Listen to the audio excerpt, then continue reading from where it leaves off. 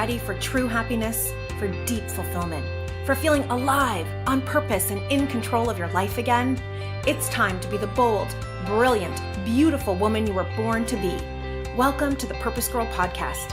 I'm women's happiness and life purpose expert Karen Rockkind, and I'm going to teach you how to live on purpose, feel alive, and be happy in every aspect of life. I'm going to get real about my life and interview women who are living on purpose so that you can finally live yours. Welcome to the show.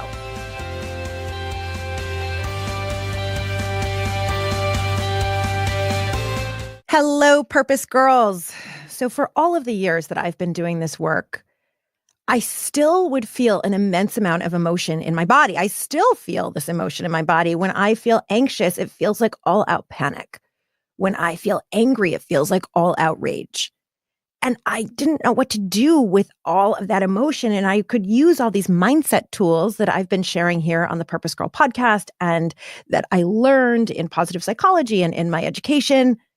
But still, the emotions were so hard to control. And maybe that relates for you. Maybe it resonates. Until last year, when I started learning how to move them in my body. And you can go back to an earlier episode of the Purpose Girl podcast when I talk about what to do with fear and what to do with grief. But what I discovered was that our emotions get stuck in our body. And the way I discovered that is that I joined a women's program where dance breaks were kind of mandatory. It was like 500 women, and every so often a song would come on and we would dance and move it in our body. And then we had this experience of moving anger through our body, like really all out, punching this, the floor and kicking and screaming and doing the same with rage and doing the same with our grief and our sadness. And everything started to lift for me. Everything started to shift. And I found an immense new appreciation and amount of joy. And I have learned since that we have got to move our emotions. So today's episode of the Purpose Girl podcast is all about how do you move your emotions, what we have to do to move our bodies and to really become this glorious whole woman who can own all of our emotions, but know what to do with them. So we aren't just taking it out on your husband or your wife or your kids or the boss or the dog. And my expert today is the best person to take us through this. She is someone I have admired from afar and reached out and said, I need to have you on my podcast. Will you do this? And I am beyond thrilled that you get to be with her today. Intoxicating and energetic, Bernadette Pleasant is a fiery, sensual speaker, a somatic healer, and the creator of Femme, a mind-body wellness program. She has spent a lifetime exploring creative visualizations and celebrations of the human form, from sensual dance to somatic healing. She is a gifted healer, an incredible dancer. Oh, this woman can move. An entrepreneur. Her business now is all over the world. It's incredible. She channels her personal journeys and her radical empathy into transformative, immersive experiences that empower and celebrate people of all genders, all ages, all sizes, all fitness levels. Bernadette travels globally, empowering everybody through classes, private workshops, retreats, conference engagements. She's recently been published with a chapter in her book. She was recently featured in the news in Amsterdam. I mean, she is all over. Her classes are all over the US, as well as China, Canada, the UK, and more.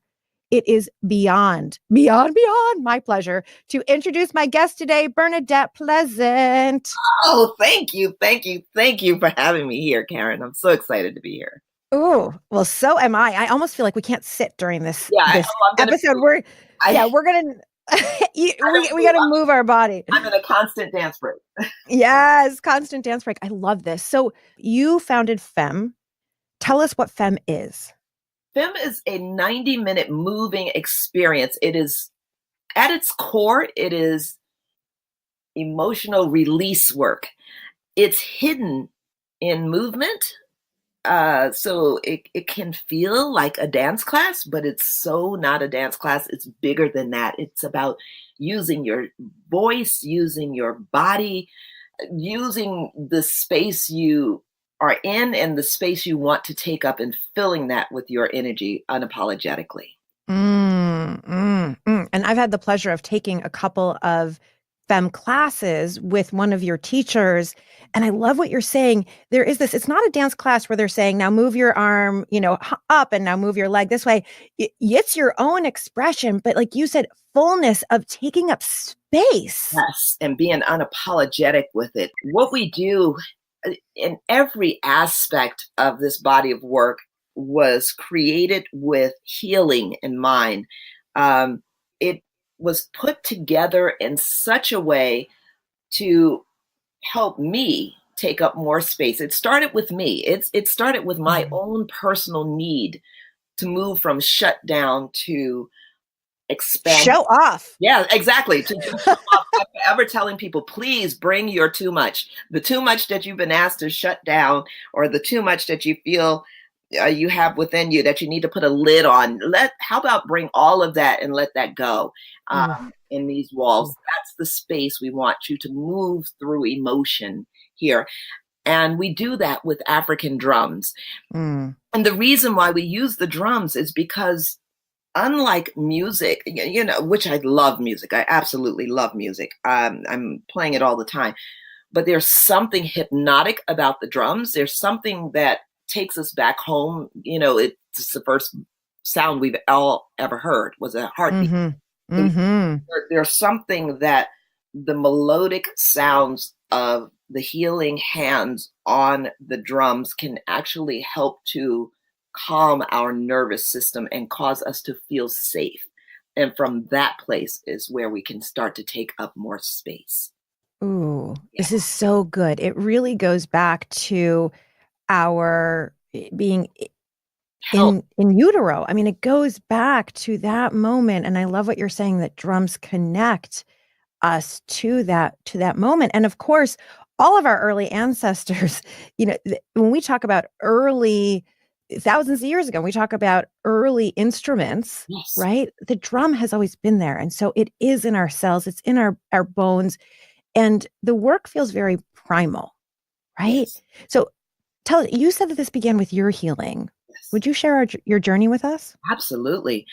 My journey began with being a part of a religion. There are many things that speaks to my journey, but essentially what happened was I grew up Jehovah's Witness, and my family was very, it was tight. It was restricted.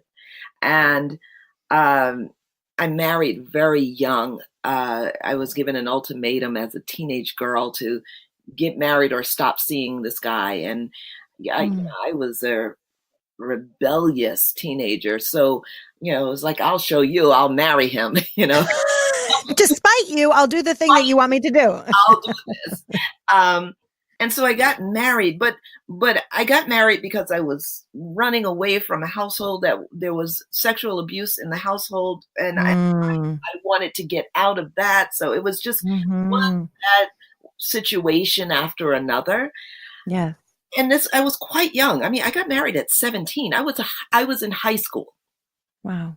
And so I knew, coming from the sexual abuse, there was shut down, and it created a disconnect with my mom and I. The abuse came at the hands of my stepfather. And I then, run off and get married at this very young age to a man who was involved in this religion and wholeheartedly in it. And that worked out pretty well for a few years, so I thought. And right about 24, I started to have an opinion. A woman with an opinion. Oh my God. Watch out. Yeah, and I realized that it wasn't welcome. And you see things through different lenses at certain ages, but at that, because he was a very methodical, he was a planner, he was very good with finances, and I thought all of this was wonderful, because these were great qualities, and they were. But what wasn't in there was any room for how I wanted to spend the money, or the time, or what we were going to do, or the things I thought we might want to purchase. So there was a controlling element in there. And when it became really clear that my voice wasn't welcome here, I started to notice the ways in which I shut down Mm. and made myself smaller. The way Mm. I started to just go along to get along. Mhm. My family, my then husband's family, and all our friends were part of this religion. And things that I just accepted and went along with were no longer working for me. And I'll give you an example. A woman's right to choose. Mm. This didn't agree with the the religious principles there, and I had a problem with that. And one Mm. day we were speaking about it, and I realized that my voice, my opinion, my personal opinion, didn't matter. It wasn't welcome. Mm. And It's so hard when yeah, you're so young. I, Yeah, I was so young, but I knew something wasn't right about this. absolutely. Mhm. Something not okay if I can't, if we can't agree to disagree. Mhm. Mhm. The option for me was to agree and go along, or disagree and get kicked out. Wow. And being kicked out of that religion meant a disconnect with your family.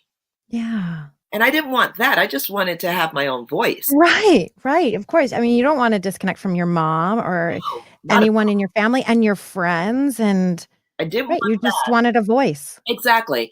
And it wasn't welcome. And this was just in conversation. It wasn't a personal decision I was making about my body. It was just, normal conversation, but they believed it was black and white, and there were Yeah, no get on board or get out. absolutely. Yeah, And wow. I thought, this doesn't work for me. And it was a really hard decision to make, because it meant I had a 6-year-old daughter at the time, Mm, and I married so young that I really didn't know who I was. I was coming into this, sure. and I found myself excommunicated, disfellowship from this way of being, and I wasn't. I regretted missing my friends and family. I left my husband. I decided he insisted that his household was going to be in this religion, and I just thought, well, but it doesn't work for me. And making really hard choices. But I started to notice how my body had shut down. I literally started to shrink. Mm, Things like losing eye contact, feeling less confident about myself, doubting whether I made the right decision. These were really core principles. These are things that I needed. We all need mhm. feel the right to express ourselves and at least be heard, and without such serious repercussions. Yeah, I mean, you faced ultimate repercussion. I mean, separating from your family, and I mean, that is a very brave, very hard decision to make, and I'm thinking about how wise you were at such a young age. And for so many of us who have felt like we had to shrink or become small, it wasn't kind of like a family or life or death situation, but here you were faced with this, and you had a child. So what a brave decision to make for your daughter Yes, to learn that she can have an opinion. indeed.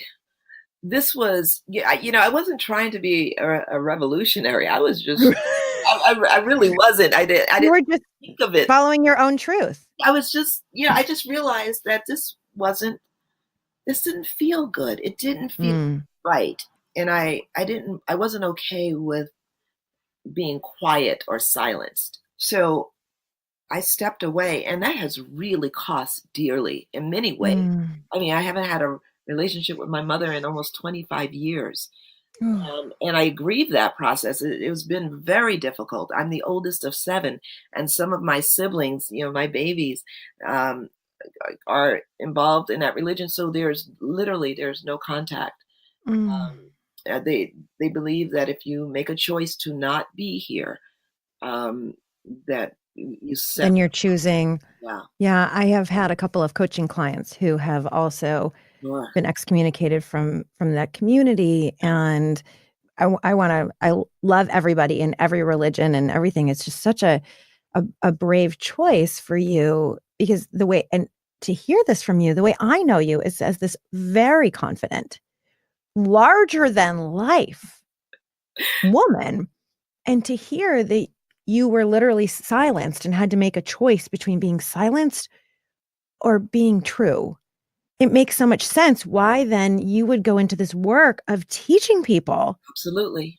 to speak their voice and be their truth and take up space. Yes. When I am asked why I created this body of work, the only answer I have is because I had to. It was it was for my own survival. I certainly didn't sit down with a business plan and I was going to create a body of work. That's not what it was. What I started to notice is I was doing various modalities of healing. I needed help. I was grateful to be on the couch of my therapist on a regular basis, and I needed that because, yeah, it was really tough times coming away and all the silence that's ensued, and the heartbreak, and there was a lot of fear because I didn't quite know who I was. I gone from mom's house to husband's house. I never understood what home for me was like, and I didn't trust myself, Yeah. and so I started to notice how I then got even more small because of fear of Mm. going to make the wrong decision, or I don't have any support system. Yeah. I don't know if you felt any fear of failure. I too I got married at 22, so a little older than you, but still very young. And so I also went from my parents' house to husband's house. And when I knew it wasn't right and I left, I then feared I'm going to fail at being on my own and everybody's going to say, see, I told you so. And Yes. yeah, You so I know, get this. that is so true. And particularly in that sect, people who had left didn't fare well. You know, Mm. I mean, I think a lot of things add to that equation. For example, if you have a support system and then you suddenly don't have one, you might fall prey to some devices that aren't, that are fairly unsavory. A lot of people turn to drugs and Mm. and nervous conditions, which I was certainly feeling that. I mean, I was Mm-hmm. Mm-hmm. experiencing that. But what started to happen after I sort of sat in my bedroom, for a year, it was time to get out Mm. and find out what I liked and things I like to do. And one of the things that I love to do, well, I love to dance. I always love to dance. Mm. And this was something that I was moving very guarded, if you will. Mm. That ability to just move your body with ease and take up space certainly comes from an inner confidence and an inner love. And these were things that were smaller in me at this time. Yes. But I would go out and dance, and I used to go to this Cuban club in Newark, New Jersey, and it was every Wednesday night. And I would go every Wednesday night, and there was something about this club. And I like to go to other places to dance and what have you, but there was something about this club, and I couldn't put my finger on it. It was like I could barely make it to the next Wednesday, and then I was so happy to get back there and get another infusion. But it was those live drums. Ooh. They had live drums, and something would happen for me on that dance floor that happened nowhere else. Mm. And what was happening, it makes perfect sense now that I understand the power of drums.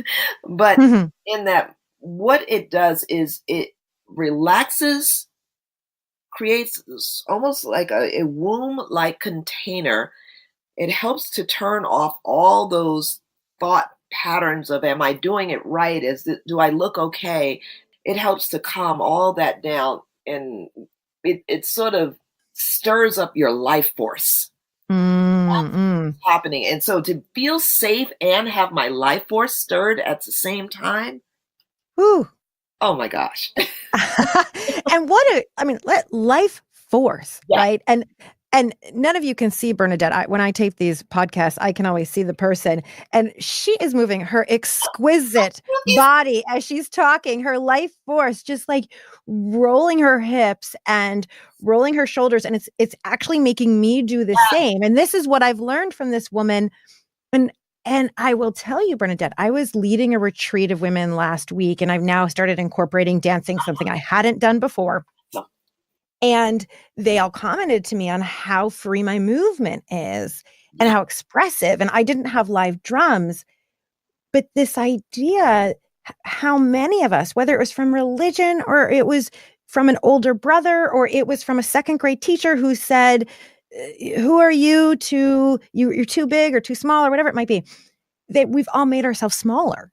And so to have space to and permission and safety to just let our body go, this is a natural state. I actually think probably for all people. I know women, more than I know the female condition more than the male condition, but this is a natural state for us that we've forgotten, because when we were little babies, when we were 2 years old, we were dancing. I love that you use that. Toddlers, I love to use toddlers. They use their entire bodies. Yes. There's no shame. And they're wiggling everything with glee. They're happy. You hear their voice. They let you know when they're angry. And you see it in their entire bodies. There's no, they have to be taught to calm that down. Mm-hmm. Sadly, I'm not promoting that. What I'm saying is it's not a natural state. Right. We've been told, stop doing you can't do that here, or just shush. You one too many times. And what starts to happen is shame is built around whatever the emotion is. So if you're told there's no time for you to be angry or stop crying, or even with joy. I mean, there's a story that I tell often about joy. I wanted to express joy and I didn't want to look crazy, or I didn't want to I didn't want to be the most joyful person in the room because, others weren't feeling joy. So I toned down my joy. So it starts to happen, or I don't want to come across cocky. So while I'm really happy and confident about something and feeling really sure in my body, I'm now trying to humble my confidence, so there are almost so many ways in which emotions are curtailed or stifled or girdled, or I often say it feels like you just put a tight pair of Spanx on your and you try to live, And yes, perfect analogy. No life force with Spanx. There is no life force with Spanx. So true. Thank goodness I love you, Spanx, but I did stop wearing them to weddings because I gotta dance. They serve a purpose, but absolutely live like that. Right. And so this idea of life force, right? Like our creative energy and I keep, feeling into like my solar plexus here as we're talking about this. Our bodies have natural life force energy. And so there you were, and you were going through something so traumatic. You end up, you're dancing and feeling the power of that drum. You're taking up the space. And did you then say, like, I've got to teach this, or you just started doing it and people started showing up? Well, what started to happen is I had taken some trainings in some other modalities of movement, and I thought they were great. They were great. They had beautiful qualities to them, but I have to tell you, I needed to growl. Yes. I wanted life force healing, and I wanted it to be messy. I wanted it to be able to be, if need be, messy, loud. I wanted it inward. I didn't want. I wanted to not only be able to use my voice, because I'm really find that in addition to moving the body, it is important to use our voices to set to emotions. So often I find that when we are filled with a lot of emotion, and I don't call it good or bad because I don't believe they're good or bad emotions. I just believe they're emotions that need to be expressed. We are built for this. Some emotions we don't prefer to have, like, rage or grief or melancholy, but these are definitely, we feel these things, we have these things, but what does it sound like? Because I think so often we lose voice when we're experiencing a lot of emotion. Yes. And that's something that I encourage and have in these classes. So I didn't I was doing and offering other dances and lovely styles, but what I started to notice is I'd look around and think, well, this is nice, but you know, rather than a playlist, I want some live music in here. So let's try that. So I Mm, started to add things into other modalities. mm, And quite honestly, my mentor, Regina Thomashower, said to me some years ago, she says, I think you're creating your own thing. Adapting other people's work. Why not go ahead and do what it is you want to do? And mm. I was so encouraged. I really thought she was crazy. Uh, but I was already doing it. I just wasn't taking Yes. ownership of it. Right, right. And this is how it is with purpose, right? So I talk purpose all the time on the Purpose Girl podcast, obviously. And we are naturally living our purpose. Yes. Yeah, you're right. Your purpose is you being your full self in the world. It's doing what's in your heart. I think we then just have a fear about putting an umbrella name on it and putting your flag on the earth and saying, "Here I am." And of course, we're afraid of that because of everything we talked about earlier: fear of rejection, fear of failure, fear of blah blah blah blah. Even be fear of success. Fear of success. Yes, yes. And so, how genius that you really were already living your purpose and for you to own it is Yes. incredible. And that was a huge step to say, this is mine. I did this. Mm, mm, I think of the silly ways, and it's all in the baby steps of the process. But I remember I had adapted something so much that it no longer looked at all like what I kept insisting on calling it. yeah. And it's so human. I mean, I just want to hug your younger Bernadette because, of course, she did that. That's like, it's so human. You were keeping it in a blankie. Yeah, I certainly was, and I was just I was just afraid to say this is mine because that meant I needed to show up. And that also meant there was some importance about it. As long Mm, as I could treat it like this hobby, it was just sort of over there. mm, But this seems serious to say that I'd done something, but I did. mm. I had done something and it was good.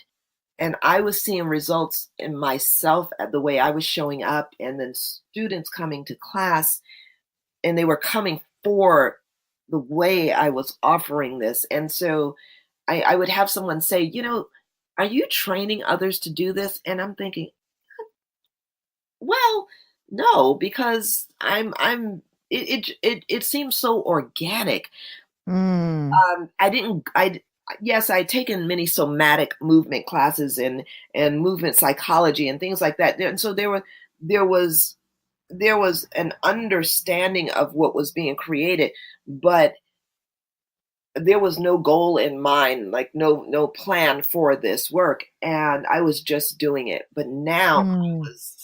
I putting that flag in the ground and saying, Mhm. that's actually what was happening here.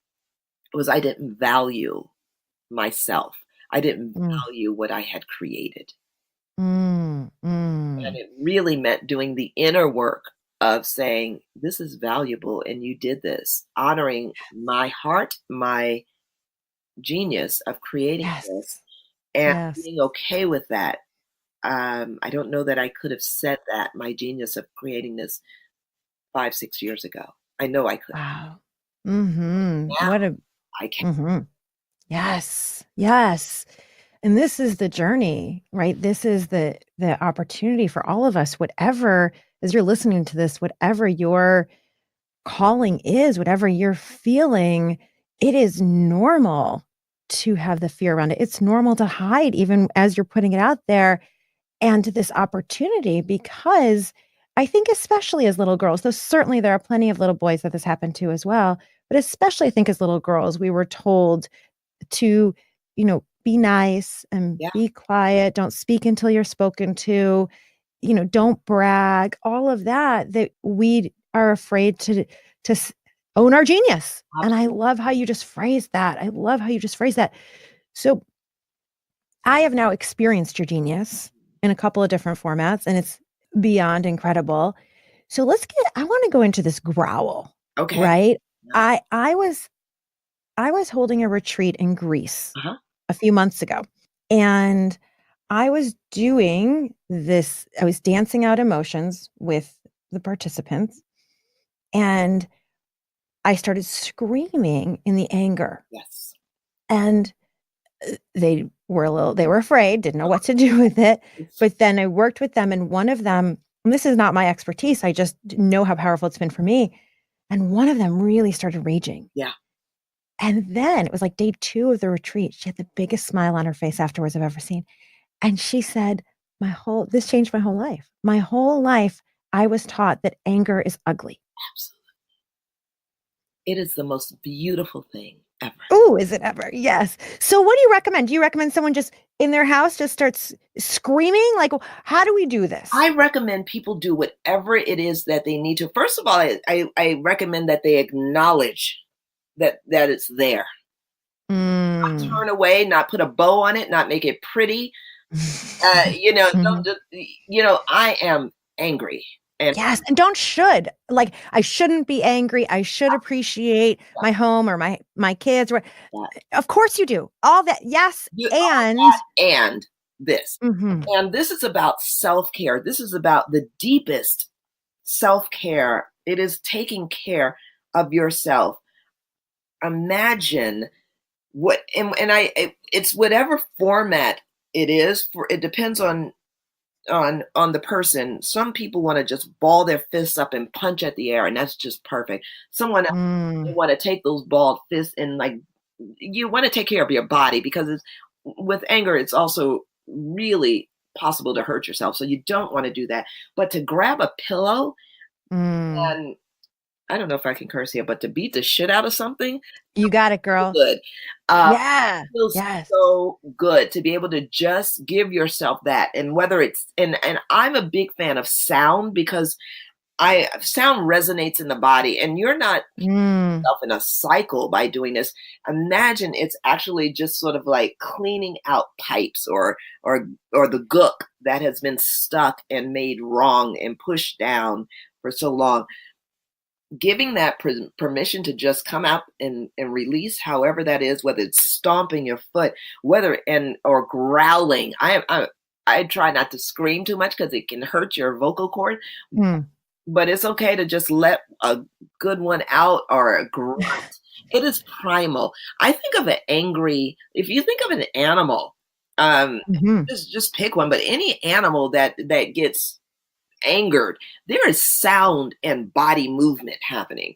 Yeah, it's we forget that we are animals, and that and it's okay. This is being human. That when someone's coming, over to baby bear, Mama is going to growl. Yes, That is appropriate. absolutely. Right? But what do? We hold back. And so if someone has taken away your right through abuse, taken away your life force, taken away, and you are now at a place where you notice it's all inside of you.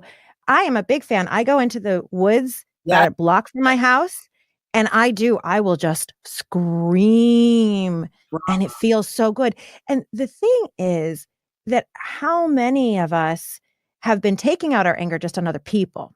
Yeah, it's going to come out. It's going to come out sideways. Right. It's going to come out in really unhealthy ways. We are going to be bitter. Yes. Or just raging anger that's unhealthy.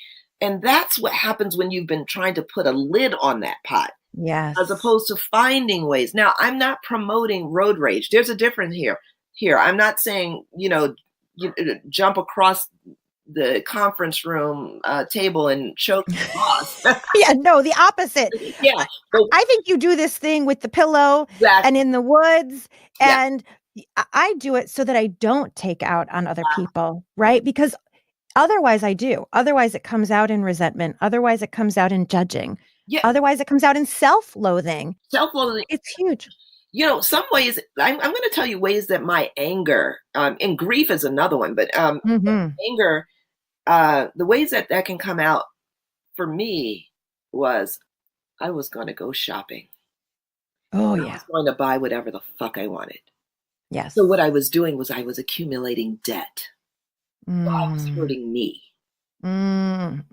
I didn't have a way to process it. So what I did with all that energy I had is I did something.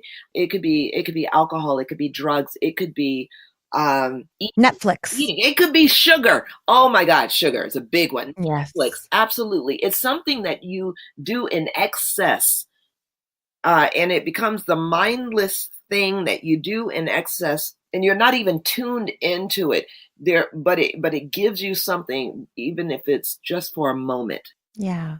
Yeah. Yeah. And by the way, if you're listening to this and you're like, yep, I sit on my couch every night and with the bag of chips, you are not alone. Right. This has become so normal to numb our feelings. Indeed. And what we're saying here, and I love everything you're saying, Bernadette, is that we deserve a human experience where we don't numb, but we live fully, unapologetically. We take up the space. And what you're talking about here is giving your emotions somewhere to go that is healthy. And like you said, with anger, with grief, I mean, there's so much grief, so much grief. So much grief, and there's so much shame around having the grief. Mm. Crying is these are just ideas, thoughts, that crying is a sign of weakness. That people don't feel safe enough to cry. They may do it in the shower where there's water already running. Just that feeling of not wanting to get out of bed or needing help with because there's always a pill that'll help you do this, but what it's not doing is dealing with the actual problem. Right. One of the things that I do and speak to in femme experiences and workshops is I speak to the fact that we are built like weather. Some days there's sun, another days there's a cloud, and sometimes there's an earthquake. But you are never going to live in a constant state of earthquake. But that might be your anger. You allow that thing to happen so that you can move on. Yes. Think of toddlers. Because they express the emotion, they then move on. They're not dragging it around for an eternity. Right, for a decade and and to the shopping mall. Yeah. And that only comes from stifling that somehow. Oh, this is so good. And I love how you say too that emotions are neither good nor bad. In my field of positive psychology, I think we too often have said that there's positive emotions and negative emotions. And I'm sure with your influence, I'm sure it's in part because of your influence that I have been shifting to say all emotions actually are good because they're all giving you information. We are. Right. Anger is simply telling you that somehow you feel like you have been wronged or there's something that someone's trying to take from you and so Justice. We can use it as information, right? Get it out of your body and then you can be like the toddler, the anger's out and now you can actually rationally say, and what am I going to do about this? Exactly. What am I going to positively do about this for myself or for someone else? But I'm going to now move into action. I can now move into action because I am not shut down by it. Right. When we are controlled by the emotion, then we are so shut down because we're at the shopping mall or we're resentful of everybody else around us or we're stuffing down with the Oreos. Yes. By the way, which I've done. So no judgment out there. No judgment, right? So but this whole idea of, moving the emotions through my body, of screaming it out has been so powerful for me. Do you have a couple of examples, Bernadette, of what you've seen? Yeah. One of the most beautiful things I see more often is just that people come in not knowing what to expect and leaving looking radiant. That to me is, or the feeling of, I feel like I lost weight. or Oh, some kind of emotional weight, because it can feel in a 90-minute class. and This is your 90-minute weight loss. exactly. You've got a 90-minute weight loss plan for you. And it works, and it works, and it works. Those are what I see more often, or just someone finding the rightness in being able to take up space. Mm, And mm. I love that there's nothing they need to do but show up. They don't have to know how to do anything. If they can get themselves there, however they did it, if they walked or crawled or hopped, it doesn't matter. Right, because this is not about knowing dance moves or being good at dancing. You take people through an emotional journey, right? I think you called it an emotional tour, and including how to be your full-on joy. Yes, the emotional tour is basically talking about a cycle of it could be a cycle of a day, a cycle of an hour, a cycle of a year Mm, or a lifetime, but it speaks to these strong emotions, or more prominent emotions of joy, grief, rage, lust, which is more about, mm, and lust, yes, that can appeal to the sensual, sexual, but it's actually more about desires and what you feel right mm, about receiving and attracting to you. Uh, mm, and so then there's confidence, which I mm, love that particular one, because you notice how in each one, as we go on this tour, how the body shifts in emotion. When grief, people tend to cower and their shoulders roll down. Rage, you mm, start to see like muscular, and it looks different for everyone. But joy can be light and fun. But confidence has a certain kind of erectness in the spine and eye. mm. And while it's not an emotion, we usually end on flirt. And flirt, it's joyous, and it brings emotion into the body, and it's Mm, heart filled. And so often after, when we are in the stage of confidence and we're acting that out and moving through confidence, it actually lends itself to flirt often, because when you are mm. feeling confident, it can become very playful and very, it's a Yes. lovely feeling, because and I speak to that flirt, because that flirt is just about really feeling good about yourself, feeling so high on you that everybody else gets a little pixie Gets a dust little, on you. yeah, a little sprinkle of the dust as you go by. Yes, and what is so delightful about this, so incredible, is that the body knows. And what I'm hearing you say is the body actually knows confidence. Oh yeah. You might not feel it in your life. You might feel like you are beaten down, like you've got nothing. And I am promising you, because I have been to these classes, that when you are in a safe environment and you're hearing the drums and you're allowing yourself, your body remembers confidence Absolutely. from when you were a toddler. Your body remembers joyful play and, letting go. And it is transformational. Yes. I mean, like you said, someone comes in and says that they feel like they lost weight, and they did. They lost their baggage, right? They lost whatever backpack they were carrying. And it's so powerful. And I have found that doing this kind of work has allowed me then to be able to then move forward in my life. Yes. I came into the women's program where I met you, Mastery, Uh-huh. a few months after a miscarriage. Okay. And that miscarriage just took me down. It was my second miscarriage. I was 43. I really felt like there is no hope for me anymore Okay. with baby. And when I learned more about moving this through my body, and I allowed myself to do that, I was able to actually elevate to higher levels, right? It's like, once I allowed myself to experience the depth of my grief Yes. and not shut it down, in my own, upstairs in my office by myself, really moving my body to it, really letting myself be a grieving mother that lost a child, right? Even though it wasn't, but that was the feeling in my body, and letting myself scream and letting myself move and and I actually took a bat out into the woods and I just beat the crap out of, an old rock and stuff. It allowed then the space Yes. for me to move through. I'm not saying quickly, but move through and be able to say, and now what? and where am I going and what do I want to do with this? And actually, the deeper of pain I got into, the greater joy I could feel. Indeed. It's been incredible. Yeah, that you can experience the fullness of the rapture because you experience the fullness of your rupture. Yes. And this is, at our base, we are here on earth. Our purpose is to live fully. Indeed.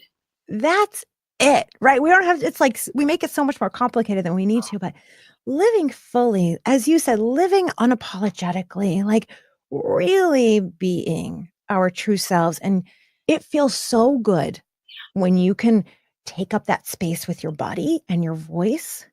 So, Bernadette, I want everybody to be able to take a class with you or someone that you've taught. So I know you've got workshops coming. Where do people find you? I do. Well, they find us on the website. Our website is Live Femme, and Femme is FEMME.com.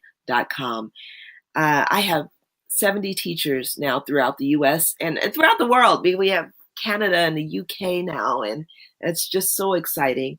Congratulations. Thank you. Okay, that is huge. Can we just pause? Like, you are taking credit for this. You are so a purpose girl, okay? Like, you are a badass. You went from not even having a business plan. You've got 70 teachers around the world. Teachers and growing. I teach once a month. I teach in New York City once a month, and then I travel throughout the world teaching. So I do the 90-minute experience, which is the Femme experience. And it's built on such a beautiful heart rate system. We start off slow, it peaks, and then it comes down. So it really takes care of the nervous system. There's a workshop that I do called Emotion in Motion, and that's a full day deep dive into exploration and exercises and partner work and all kinds of things. And I do that periodically. And all of those things, the teacher trainings, some people want to come and experience it first. Others are just like, I just want some of that. So they just dive right into being a teacher. Yeah. Of course they do. Cause it happens. I'm sitting here going, I should do the teacher training. You're so incredible. It's like, Bernadette is that person, everybody out there, right? Her picture, of course, is and her website and all this is in the show notes, but you are going to look at her and you're going to go, I'll have what she's having because she's so effervescent, so radiant, so in her body. And I'm sure, Bernadette, you have bad days like everybody else. Oh, yeah. You're so you're so in your skin and you've lived through so much and you've really turned your pain into purpose. And it inspires me to know. And I am just so honored. So your website is in the show notes. So Bernadette, on the Purpose Girl podcast, I like to do this thing called a Purpose Power Play Round. And it's when I ask my guests just a couple of random questions and the first thing that comes to your mind. You game? I'm excited. Oh, yes. Let's do it. Okay. All right. So when you were a little girl and you were maybe dreaming of your future, what was one thing you wanted to do or be? I wanted to be a nurse. Ooh, do you remember what was it about being a nurse? It was probably the idea. Well, at that time, let's see, I'm a 60s baby. I was probably thinking of a little white outfit. It was probably all about the clothes for me.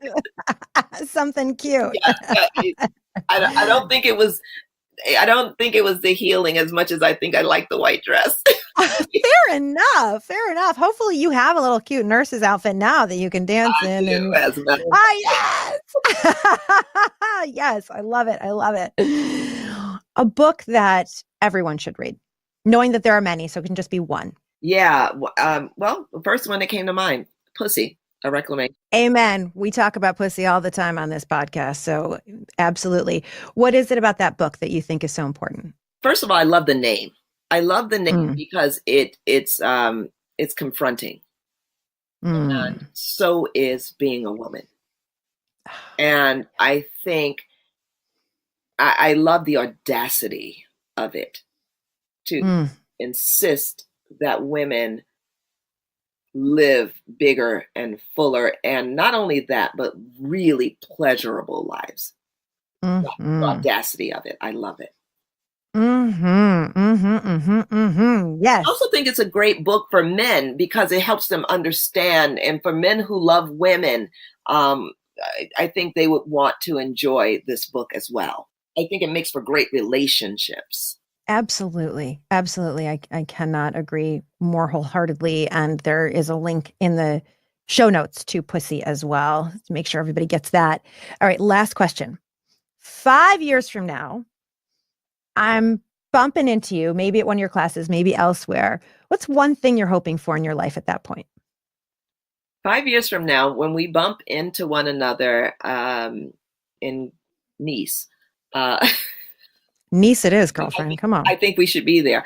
What I want for my life is that I am sitting there having lunch with you, Mm-hmm. and that I am, first of all, I am feeling the abundance of the residual income that comes from my body of work.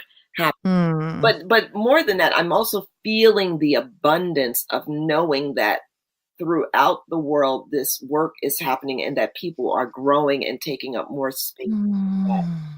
That this thing that I didn't know how to name because I didn't value myself, that it has created because I learned to value myself.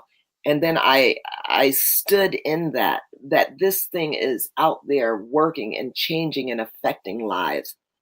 I want that feeling as I just sit there and sip on the tea and look out at the ships. And so shall it be, darling. So shall it be. Yes. Yes. All right. We're making our date for 2024 in Nice. Maybe we'll do a little event. People can come join us. Oh, yes, girlfriend. Well, Bernadette, it has been such a pleasure, such an honor to have you here on the Purpose Girl podcast. I thank you from the bottom of my heart. Thank you, thank you, thank you for all that you do. You have changed my life, and I know you are changing more every single day.